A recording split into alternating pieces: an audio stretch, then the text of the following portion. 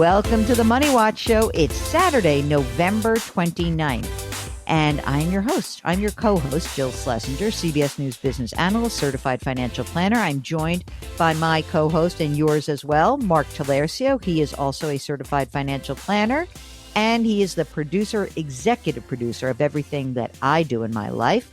Hello, Mark. How are you today? I'm okay, Jill. It is Christmas tree weekend. Yep. You're going to get that tree up, right? That'll be happening this weekend. Do you go someplace, or do you get one of these dudes on the street from Canada who comes down? Yeah, we go. There's quite a few spots here in our neighborhood. So yeah, we have a spot that we like. That I'll walk down there, I'll get it, and I'll throw it on my shoulder, and I'll walk it home. All right. Very good. You pay up. We have a friend whose family lives like in the Poconos, which is, like the mountains of Pennsylvania. They're little mountains. They're not that big. And when she once came to our apartment, she's like, how much you pay for this tree? And we told her, I don't know what it was at the time, maybe like $100. She's like, oh my God, you got so ripped off. Well, I could get you a tree for half that. I'm like, yeah, but I got to go to the Poconos. So the answer is no, it's not that convenient. So that's what we do here in New York. We pay up for things, and we pay for convenience, I guess. That's the main takeaway.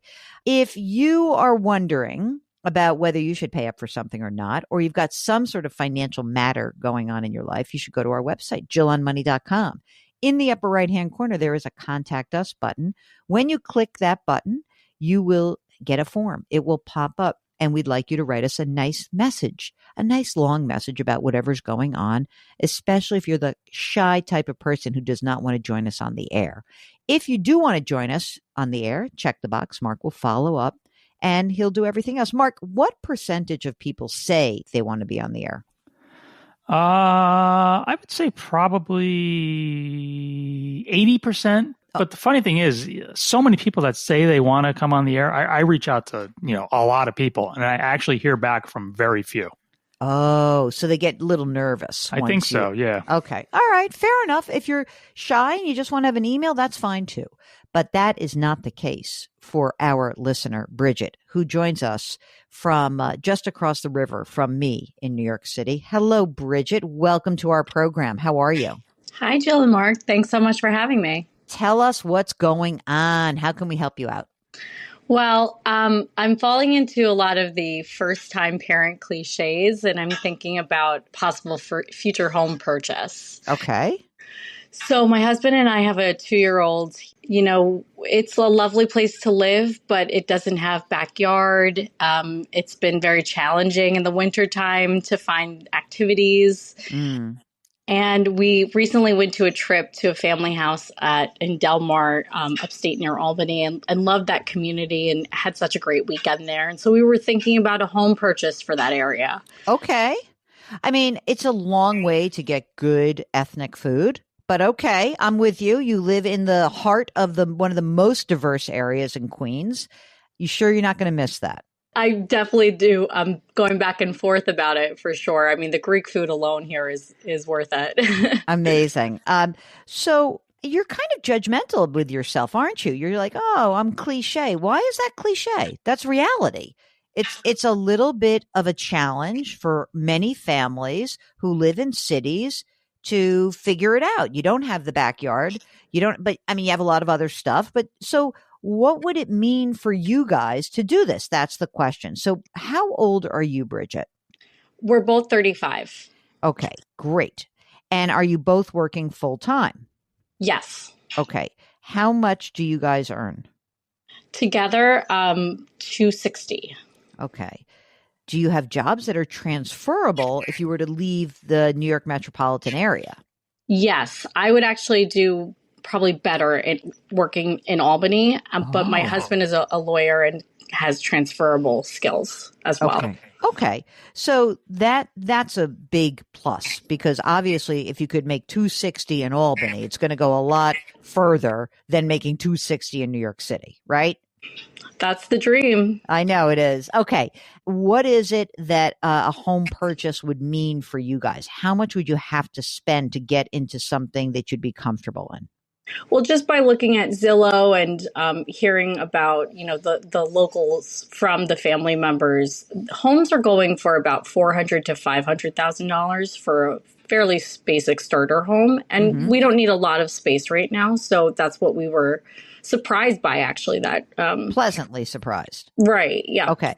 So I'm going to go on the upper end of 500 with 500 for a second. Do you guys plan on having more kids, or do you think, one and done? No, we definitely have dreams of a second. I don't know when that will happen or how, but it will likely happen in the next 4 years. Okay. Okay, good. So let's not pick like, oh, we want a small like cottage or something. Let's make sure if you're going to make the move, let's get what you want. So let's say it's 500 and it would be public schools, right? That's right. There are great schools in this area. Perfect. Okay. So to figure out whether or not this makes sense, we need a few pieces of information. One is, do you have money that you could use for a down payment for a $500,000 house? Yes. Do you want me to go through each bucket? Okay. Yeah. First, so let's do let's start with what you have available for a down payment. Well, I've been saving in a brokerage account for some time, and it's grown to 155. Wow. Yeah, it was quite unexpected. It's been not that long, and 55 of that is unrealized gains at this point. Yeah, big deal. So you pay some taxes, right? It really isn't that bad. Okay. So if we sold that whole account and you had to pay 10 grand in taxes, you'd have 145 grand, but you have your $100,000 down payment right there, right? Right. Perfect. Okay. What else besides the brokerage account do you have? We have altogether about $250,000 in a pre-tax 403B for myself. Okay. He has 125 in the New York City, a deferred compensation plan. We have a combined 140 of Roth IRAs. Great. I have a cash balance plan as a retirement option at my job for $22,000 right now. And then we have various smaller dollars of $7,000 in a 529, and I have $16,000 in crypto investments. Would you? Sorry, it was worth a little bit more a few weeks ago. So be it.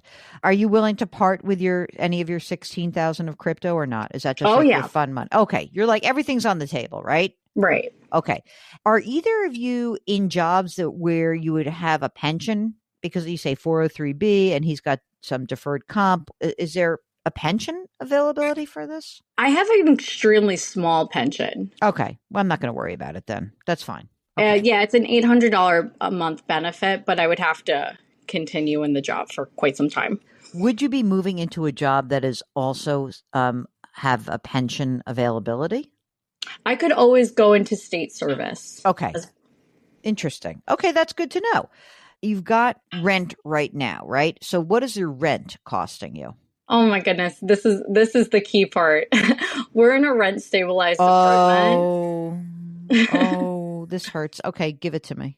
It's not cheap necessarily. It's $2,700 a month right now, but that's very reasonable for the area. It's a 2-bedroom and it's the nicest apartment I've ever been in. Oh my God. Hard to give that up. Okay. But you're going to. That's fine. Hey, Mark, how are you liking giving up that rent stabilized? Mark might want to marry you right now to get that rent stabilized apartment. Everyone listening, we have rent stabilized apartments here in New York. It's like gold. It literally is like you've hit the jackpot once you're in, and which is adding to the consternation that Bridget and her husband must be feeling, which is, oh my God, we have this beautiful apartment and it's kind of cheap, relatively speaking, and it's allowed you to sock away a lot of money. It's not right. I mean, having that cheap rent, you don't have any other debt, right? No, it is. I will say it's a 3-story walk up. So there's always some downside. Yeah. Well, all right. You'll stay very healthy if you stay there. Okay. But you've never spent any real time besides this weekend in this area. Is that right? No, my husband went to school in the larger area. Okay. I've been there. I've lived there myself. Okay. So we're not going into this completely blind. It's a huge lifestyle change for sure. Okay. I kind of love the idea that like you have the money and you can do it. Mark, if they put $100 grand down on their $500,000 house. I already did it. I know you did. I'm going to just spell it out for the people at home. They put $100 grand down. They're going to finance $400,000 at 6.25%, just for the heck of it. What's the payment? Probably about $2,500. Not terrible. Not a big difference from what they're paying in rent. Right. But you would then have the homeowner's insurance and you'd have taxes.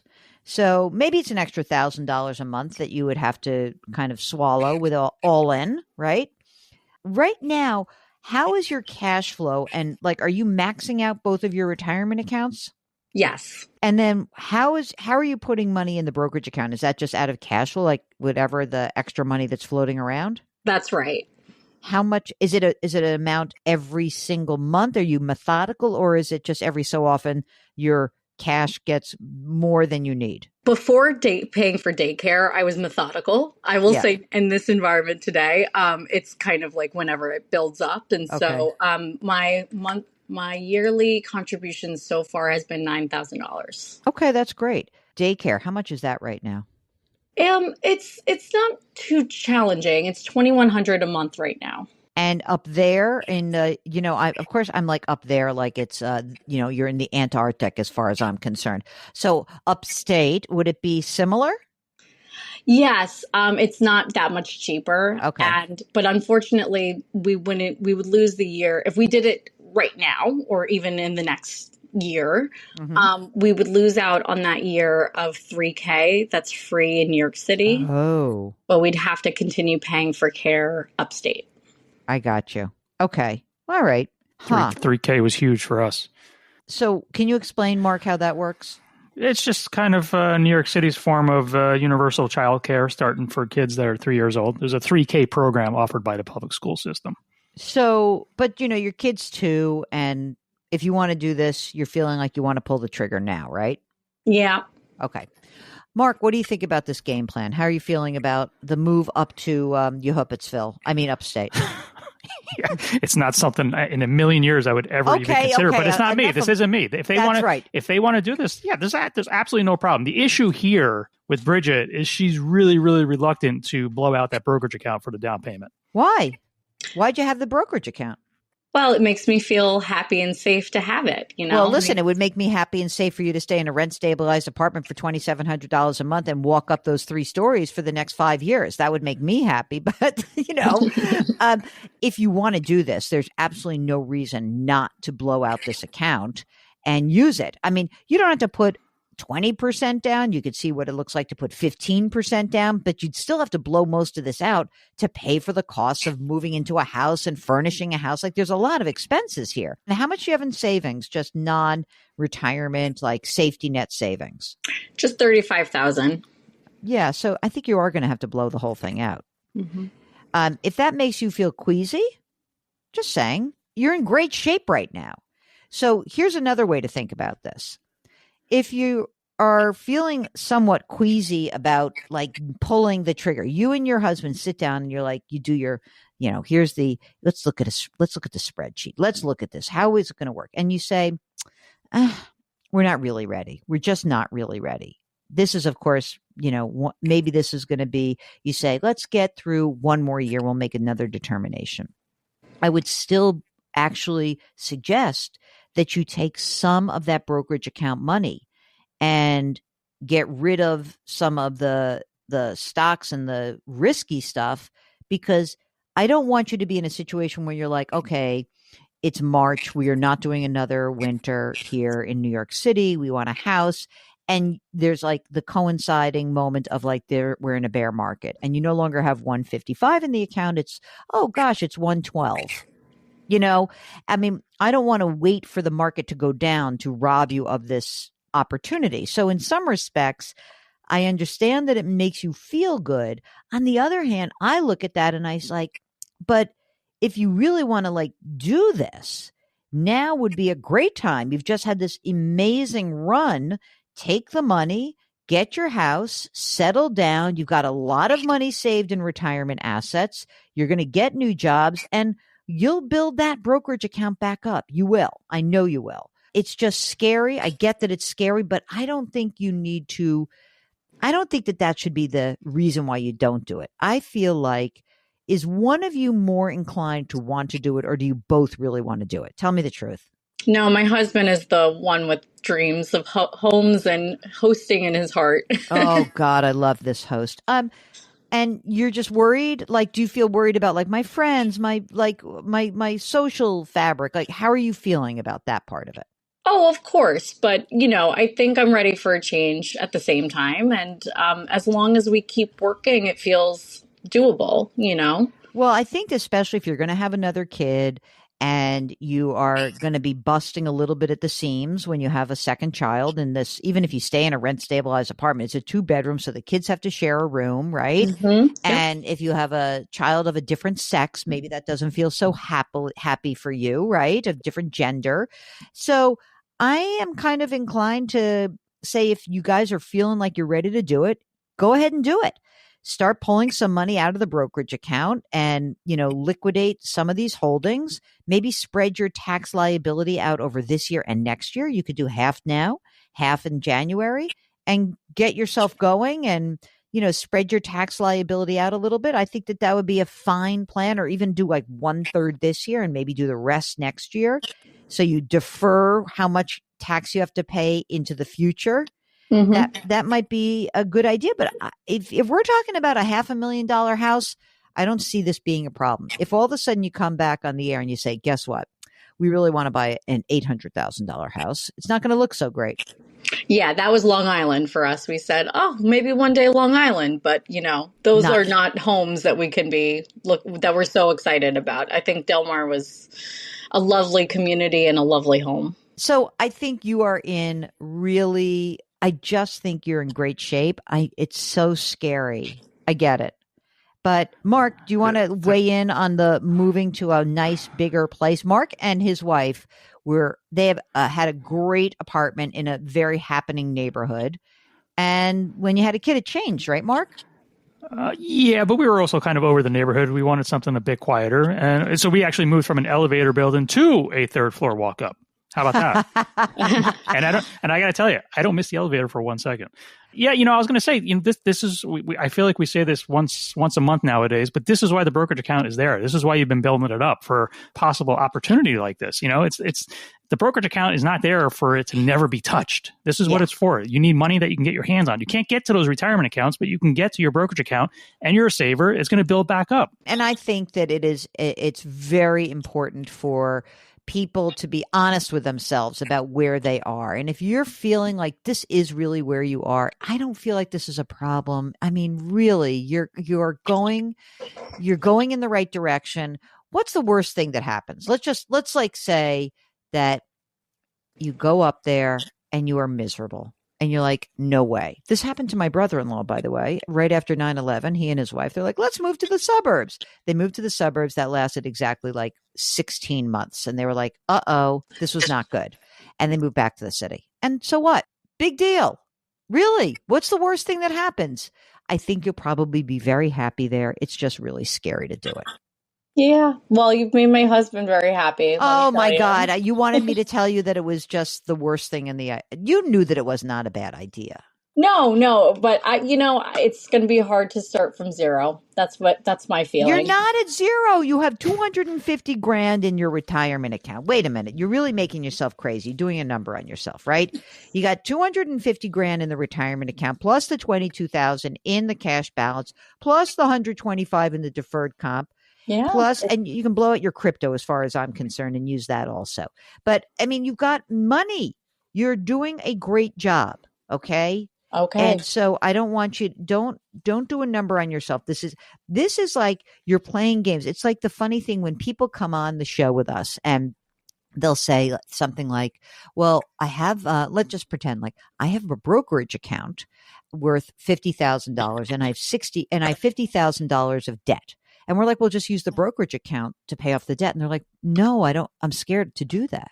And we say, well, wait a minute. What are you talking about? How, and so I think that's the part that I think is really important, that you can come away from this saying, we have money.